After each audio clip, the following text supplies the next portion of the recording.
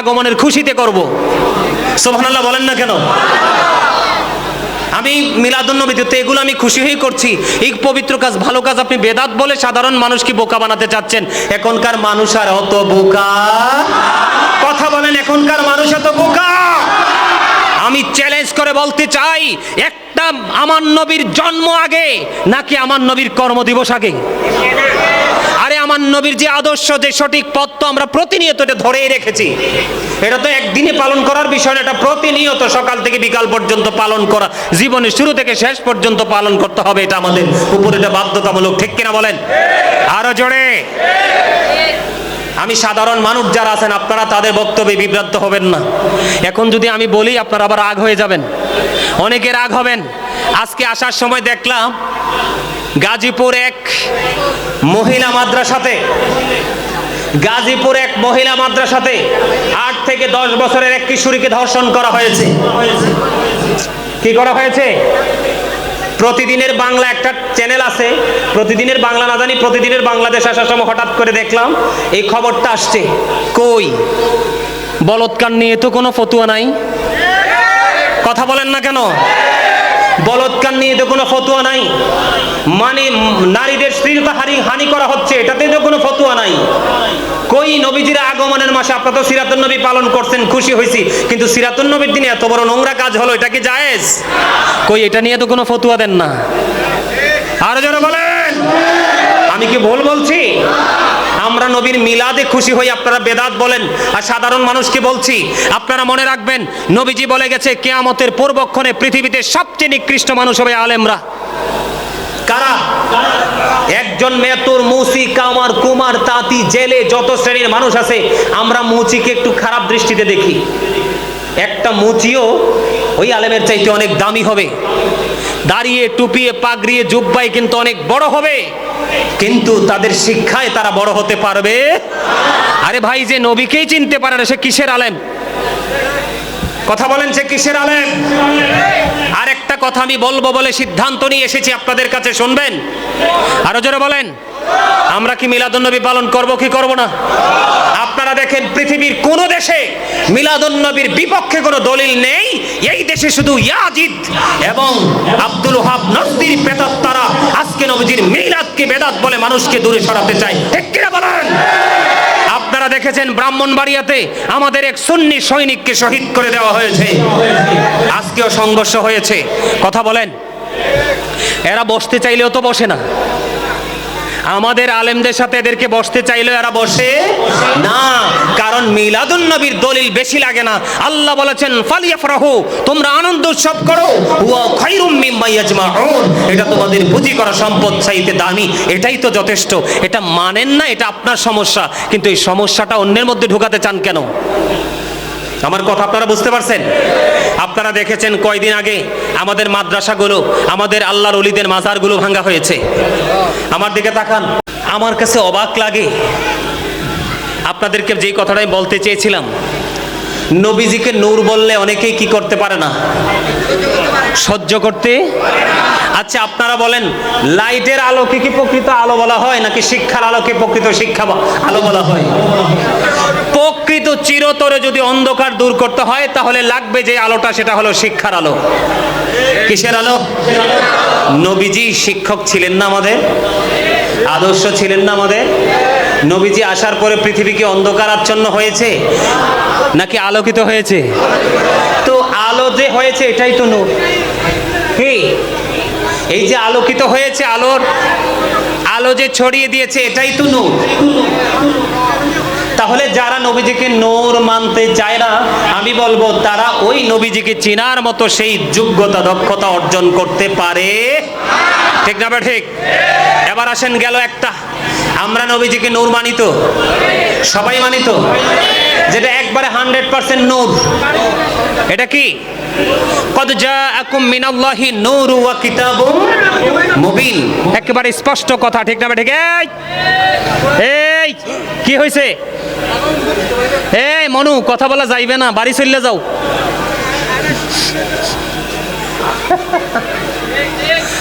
কথা ঠিক না? ঠিক। আরো জোরে আমার দিকে তাকান। আচ্ছা এই একজন মানুষের জন্ম আগে না তার কর্ম আগে? কথা বলে না। জন্ম আগে না কর্ম আগে? নবীজি তো,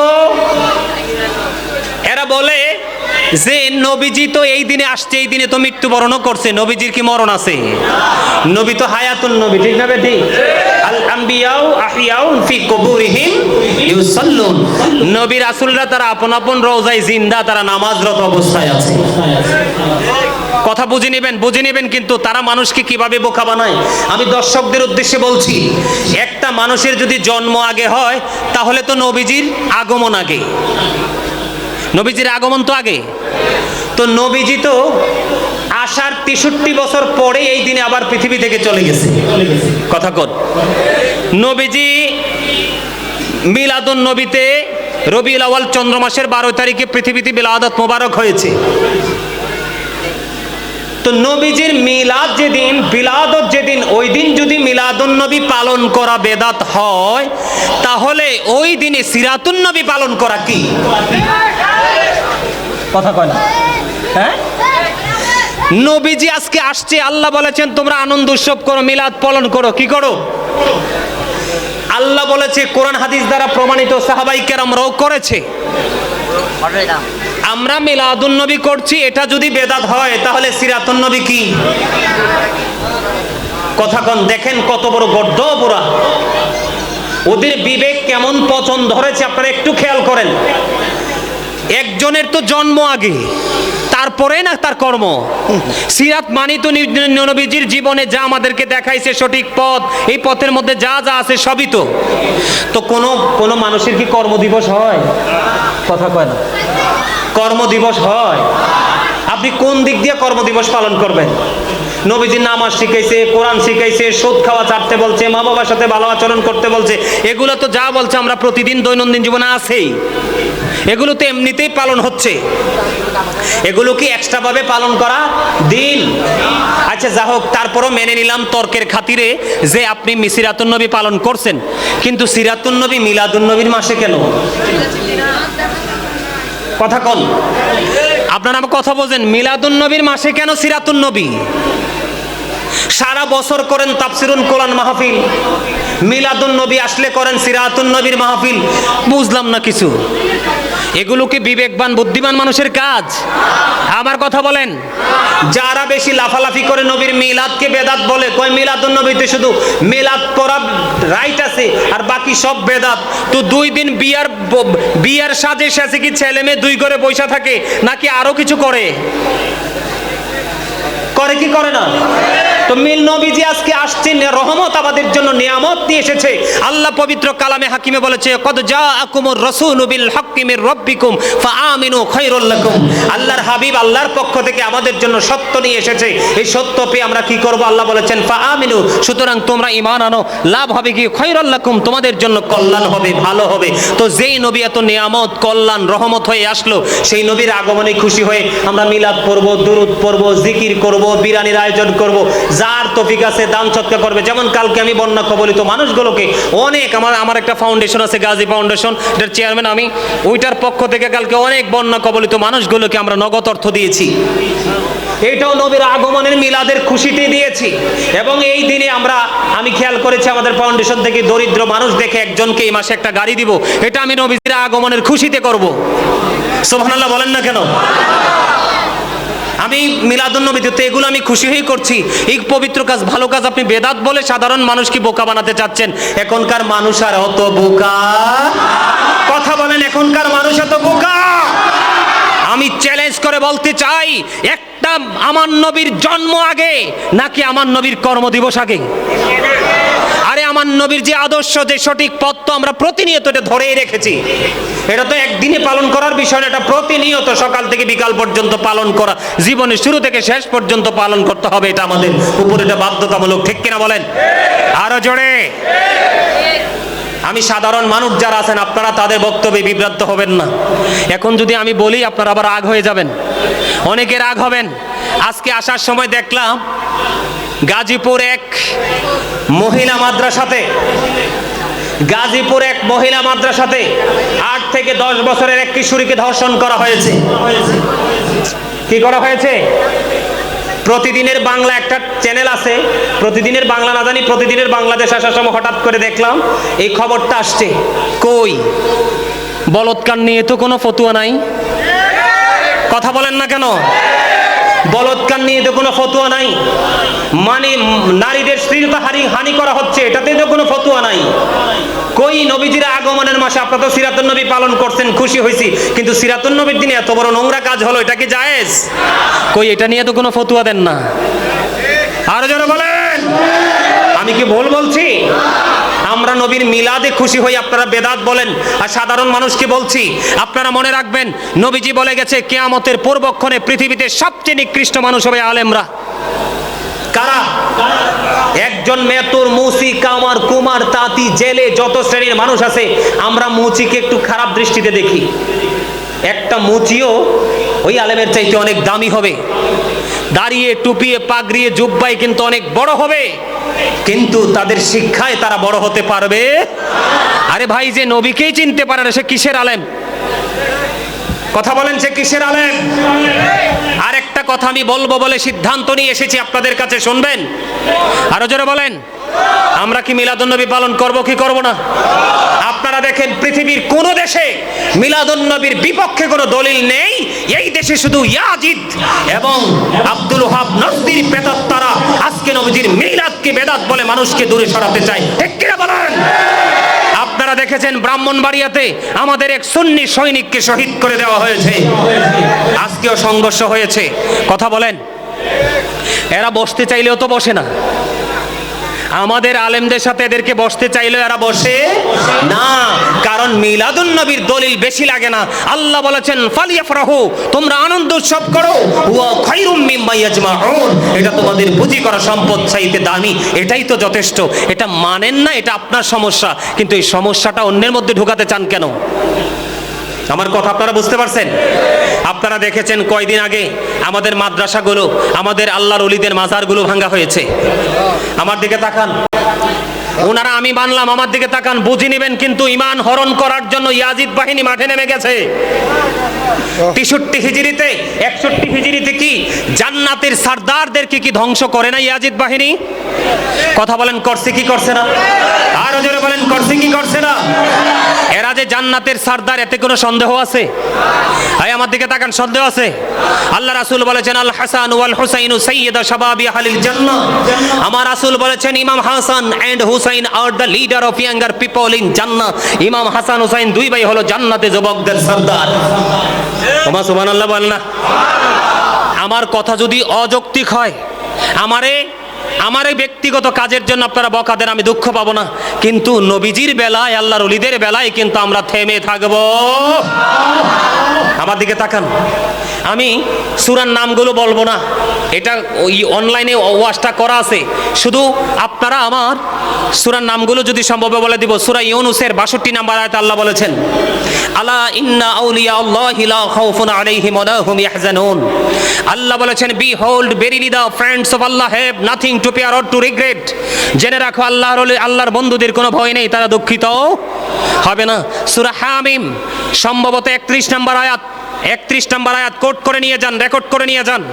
সূরা হামিমের মধ্যে আল্লাহ রাব্বুল আলামিন 31 নম্বর আয়াত আল্লাহ বলেছেন নাহনু আউলিয়াউকুম ফিল হায়াতিদ দুনিয়া ফিল আখিরাহ। আল্লাহ বলেছেন we are your protecting friends in the life of the world and in the hereafter. আমরাই তোমাদের বন্ধু দুনিয়ার জীবনে এবং পরকালের জীবনে। দেখেন, এটা আল্লাহর ওলিদেরকে বোঝানো হয়েছে, খেয়াল করে যাবেন। কিন্তু আল্লাহ রাব্বুল আলামিন আরো বলেছেন, আল্লাহ রাব্বুল আলামিন বলেছেন ইন্নাল্লাযীনা ইউবাইউনাকা ইন্নামা ইউবাইউনাল্লাহ ইয়াদুল্লাহি ফাওকা আইদিহিম। আল্লাহ বলেছেন যারা আপনার হাতে বায়াত করে তারা যেন আল্লাহর হাতে বায়াত করে। হক্কানি আল্লাহর ওলিদের হাতের উপর আল্লাহর কুদরতি হাত। আরো জোরে বলেন সুবহানাল্লাহ। সূরা মায়েদার মধ্যে আল্লাহ রাব্বুল আলামিন বলেছেন ইয়া আইয়ুহাল্লাযীনা আমানুত্তাকুল্লাহা ওয়াবতাগু ইলাইহি রুসিলা।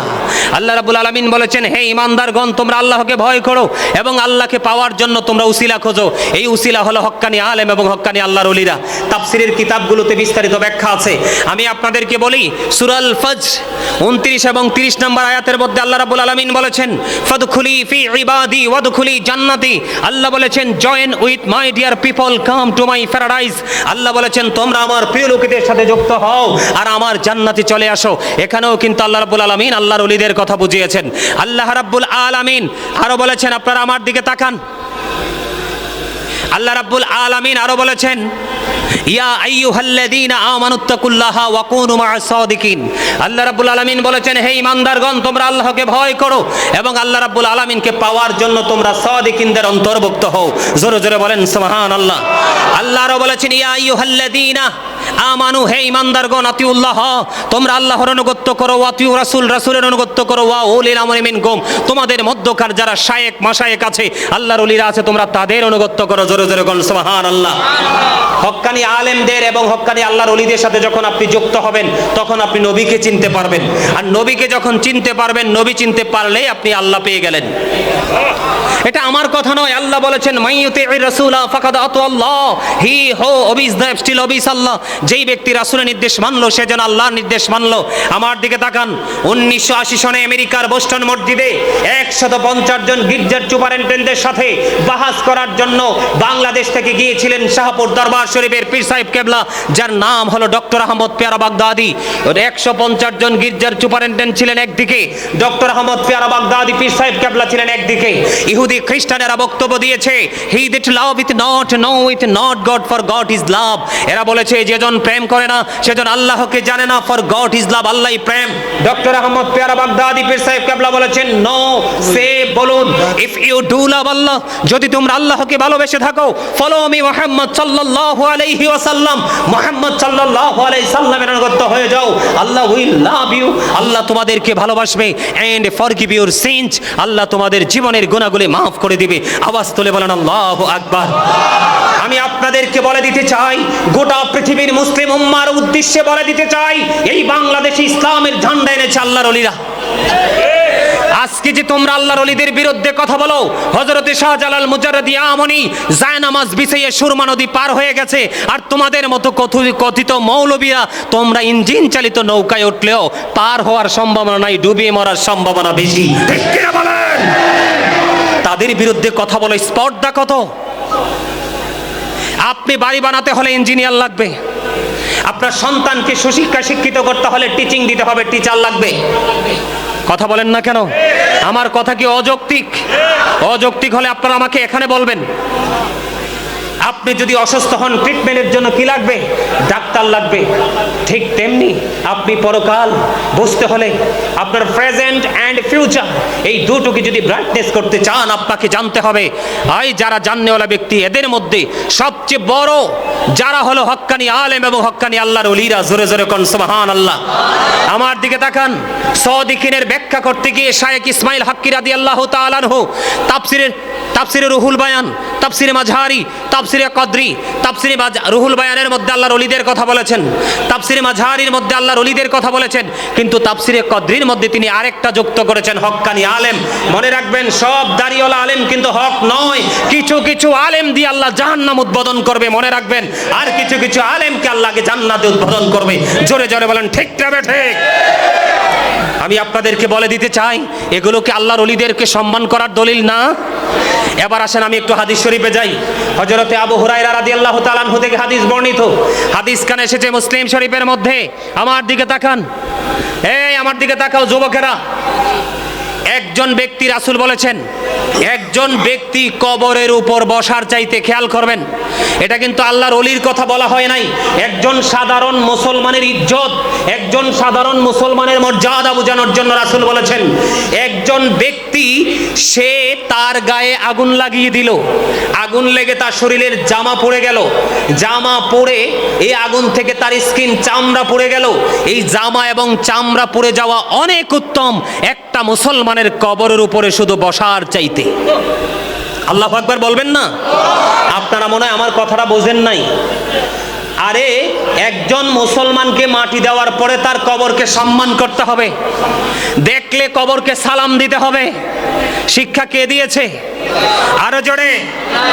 জিয়ারত করতে হবে, এই শিক্ষা কে দিয়েছে? নবীজি দিয়েছে। মা এসা বলতেছে আমি গভীর রজনীতে আমার বিছানায় নবীজিকে খুঁজে পাই না। কিরে আমার নবীজি কোথায় গেল? তখন আমি জান্নাতুল বাকিতে চলে গেলাম। এবার জান্নাতুল বাকিতে গিয়ে দেখি আমার নবী জিয়ারত করতেছে। তাহলে এটা নবীর সুন্নাহ কিনা? কথা বলেন না কেন? একটা সাধারণ মুসলমানের কবরকে কি করা? সম্মান করা। আপনি কোন যুক্তি দিয়ে, কোন দলিল দিয়ে আপনি আল্লাহর ওলির মাজারে হামলা করছেন? আপনি বলতেছেন মাজারে গাঁজা খায়। আপনারা আমার কথা বুঝে নেবেন, যদি মাজারে গাঁজা খেয়ে থাকে, আমি আজকেই হামিদপুর থেকে আপনাদেরকে চ্যালেঞ্জ করছি, আপনারা একটা গাঁজা খাওয়ার ফুটেজ জাতির সামনে তুলে ধরেন। কথা বলেন না কেন? আমি আপনাদেরকে বলি, যেইভাবে মাজারে আঘাত করেছেন, এই দেশের কোটি কোটি সুন্নি জনতা, সুফিবাদে যারা বিশ্বাসী, এই জনতাগুলো জেগে ওঠে যদি আপনাদের মাদ্রাসা ভাঙ্গা শুরু করে, তখন ঠেকাতে পারবে না কেউ। কথা বলেন না কেন? মাজারে কে খায় গাঁজা?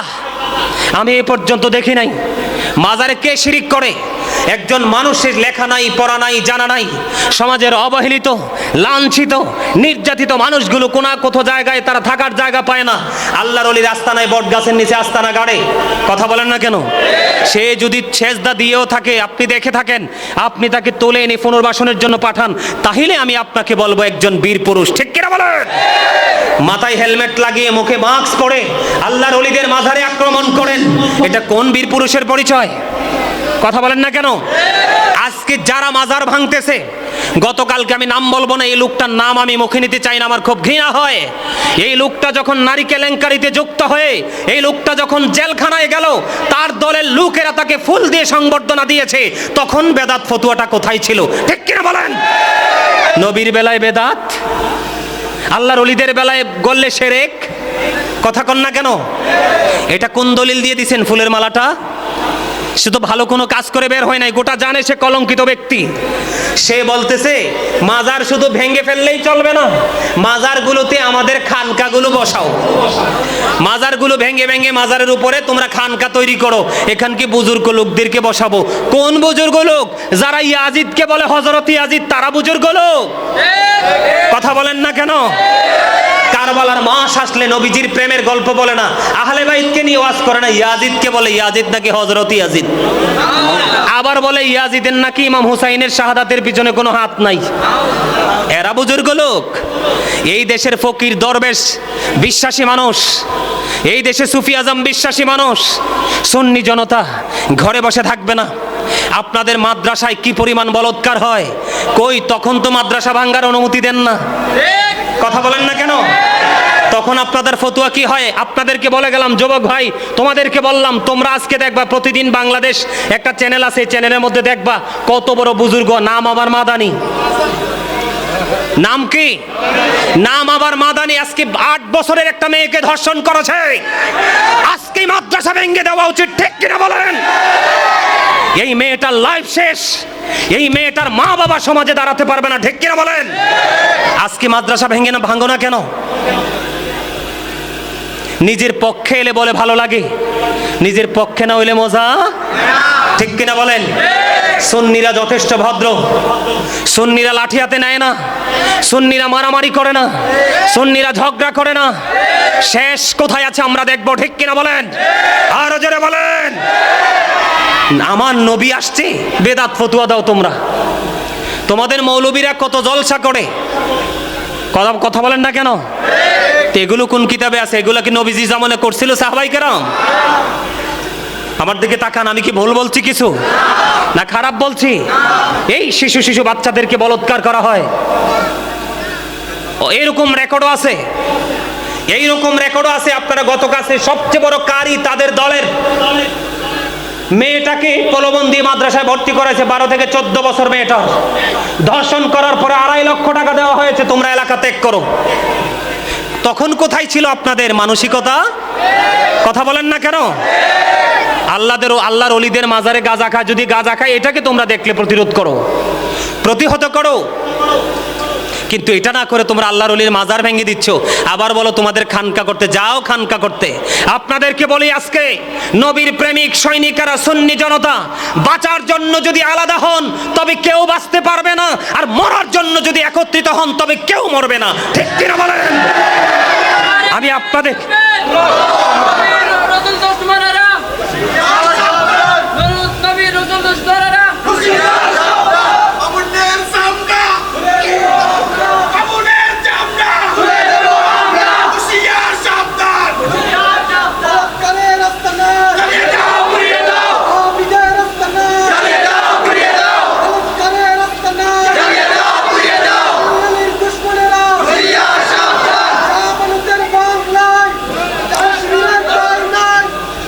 বলতে পারে না।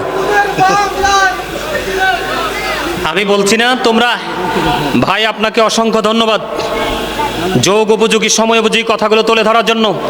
আমি এই কমিটির লোকদেরকে বলবো আজকে তোমরা এখানে তোমাদের যেখানে এখানে সুন্নিয়ত হচ্ছে চট্টগ্রাম হচ্ছে সুন্নিয়তের রাজধানী এবং আমি বলি আলেমেরও শহর। ঠিক না ঠিক? আমি বলি এখানে কমিটি যারা আছো যুবক ভাইদেরকে বলছি তোমরা এগিয়ে আসো, মুরব্বীদেরকে উপদেষ্টা বানাও, তোমরা সবাই একত্রিত হও। সমাজ থেকে নবীর দুশমনদেরকে, ওলির দুশমনদেরকে বিতাড়িত করতে হবে। আরো জোরে বলেন। আপনারা কি একত্রিত থাকতে পারবেন? একত্রিত হতে পারবেন? কথা বলেন। আমি আপনাদেরকে বলে দিলাম আজকে আমরা নবী ওলির দুশমনদেরকে আমরা কি করব না, ছাড়। এই নীরব থাকার মানেই দুর্বল নয়। কথা বলেন ঠিক না ঠিক? নীরব থাকলেই কিন্তু, চুপ থাকলেই কিন্তু দুর্বল। চুপ থাকে যারা তাদের প্ল্যানিং কিন্তু ভেরি হার্ড।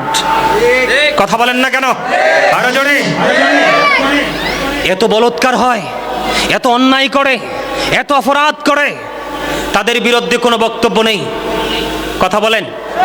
আমি এই যারা বলৎকার করছেন এবং বলৎকারের বিরুদ্ধে কথা বলেন না, নবী ওলিদের বিরুদ্ধে কথা বলছেন, আপনাদেরকে বলে দিতে চাই বুখারী শরীফের মধ্যে হাদিস এসেছে আমরা সুন্নি জনতা কিছু করতে হবে না, আমার মালিকই যথেষ্ট। আল্লাহ রাব্বুল আলামিন কি বলেছেন? মান আদালি ওলিয়ান ফাকাদ আযানতুহু বিল হারবি। আল্লাহ রাব্বুল আলামিন জানিয়ে দিয়েছে, হাবিব আপনি জানিয়ে দেন আল্লাহর বন্ধুদের সাথে যারা দুশমনি করবে আল্লাহ রাব্বুল আলামিন তাদের বিরুদ্ধে যুদ্ধ ঘোষণা করেছে। আল্লাহর সাথে যুদ্ধ ঘোষণা করার দুঃসাহস কার আছে বলেন তো? এই আমার দিকে তাকান। আপনারা দেখেছেন কিনা জানি না, সিরাজগঞ্জে আমার কথা হলো তিনি ওলি না।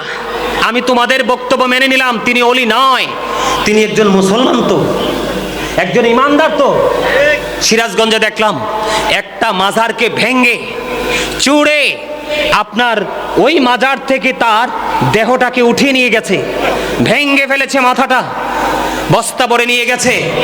আমি ওই বলৎকারের সাপোর্টার যারা তাদেরকে বলে দিতে চাই, তোমরা মনে হয় এই হাদিসটুকু পড়ো নাই। আল্লাহ রাসূল বলেছে মৃত ব্যক্তির হাড় ভাঙা জীবিত ব্যক্তির হাড় ভাঙার মতো সমান অপরাধ। তুমি কোনো মাজারকে, কোনো কবরকে সম্মান করতে পারবে না, মেনে নিলাম, কিন্তু অসম্মান করার অধিকার তো ইসলাম তোমাকে দেয় নাই। কথা বলেন, দিয়েছে?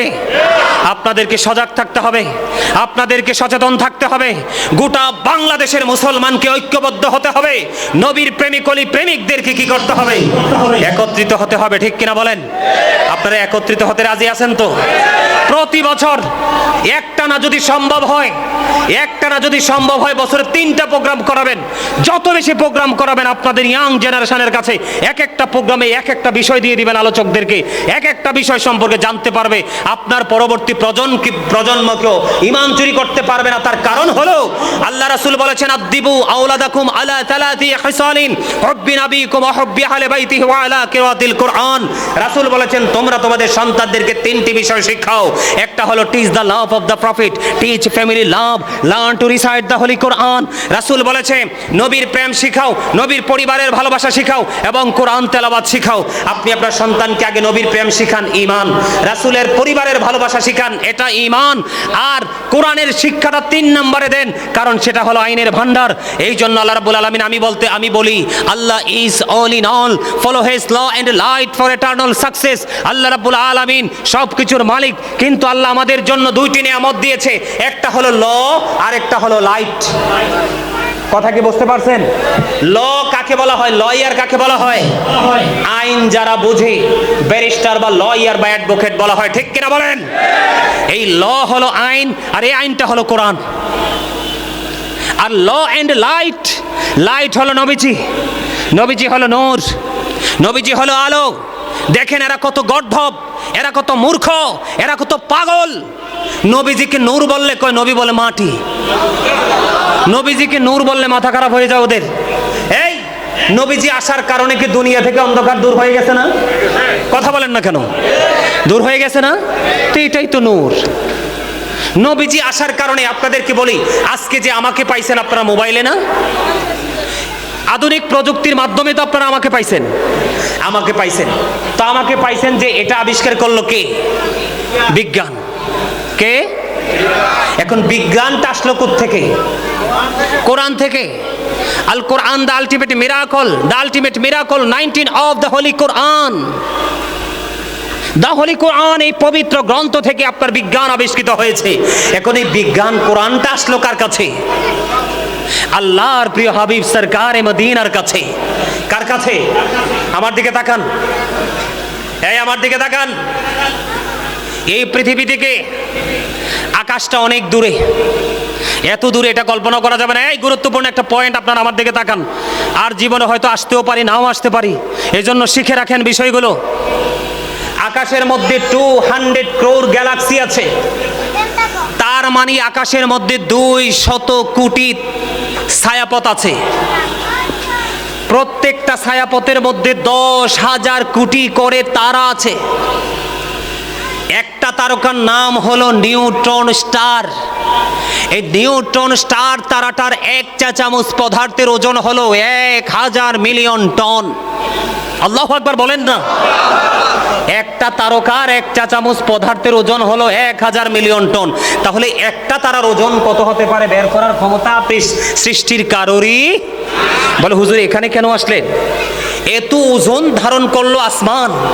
আল্লাহ আসমানকে বলল কোরআন নিতে। আসমান কয় না, এই ভার সহ্য করতে পারবো না।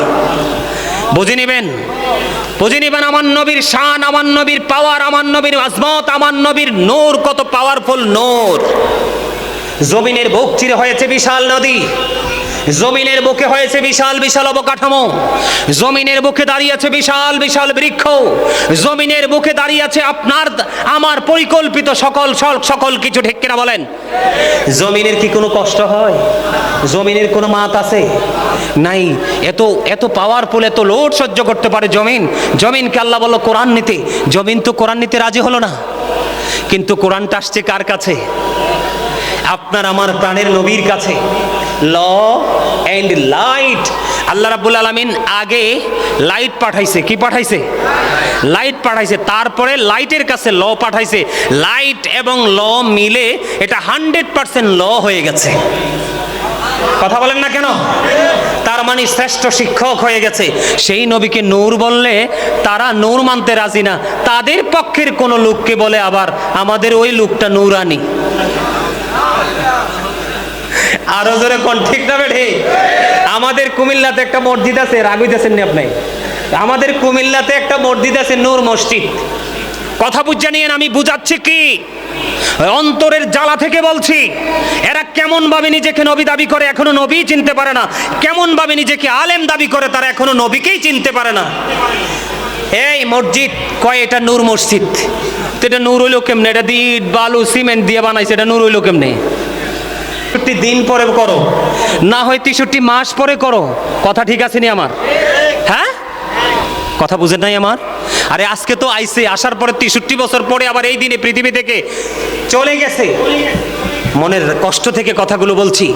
সম্মানিত উপস্থিতি, আমাদেরকে বুঝতে হবে, আমাদেরকে জানতে হবে, আমাদেরকে শিখতে হবে। তাদের যা করছে, আপনি বলেন আমরা মিলাদুন্নবীতে জুলুস করছি এই জন্য আমরা বেদাতি হয়ে গেছি। এই তারা কি রাজনৈতিকভাবে ক্ষমতায় যাওয়ার জন্য কত কিছু করতেছে না? মানুষ একত্রিত করতেছে না?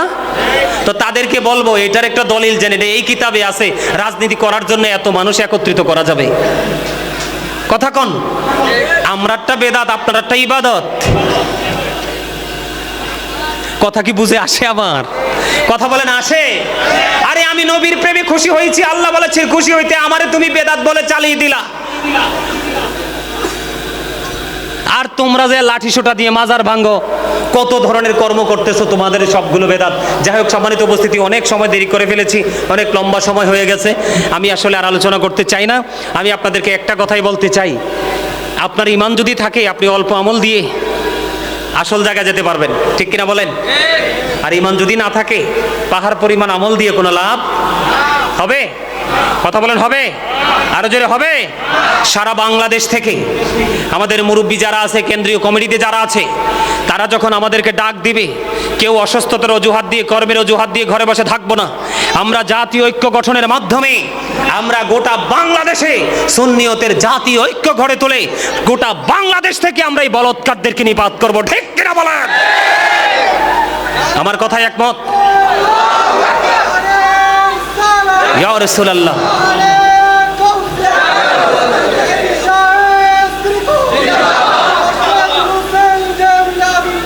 জিন্দাবাদ জিন্দাবাদ। সম্মানিত উপস্থিতি, আসলে আমার জীবনে আমি এত সত্যি কথা কোনোদিন কই নাই। আজকে কয়েকদিনের তাদের আচরণে মানে পুরো কি বলবো, পুরো শরীর বিষ হয়ে আছে।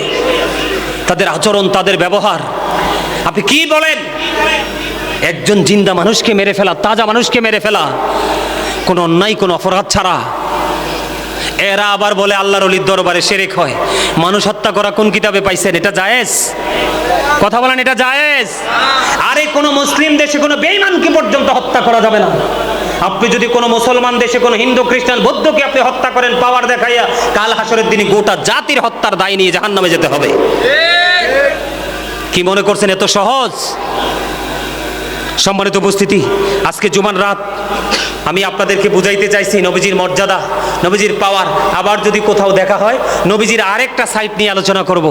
নবীজিকে নিয়ে আলোচনার শেষ নেই, শেষ নেই।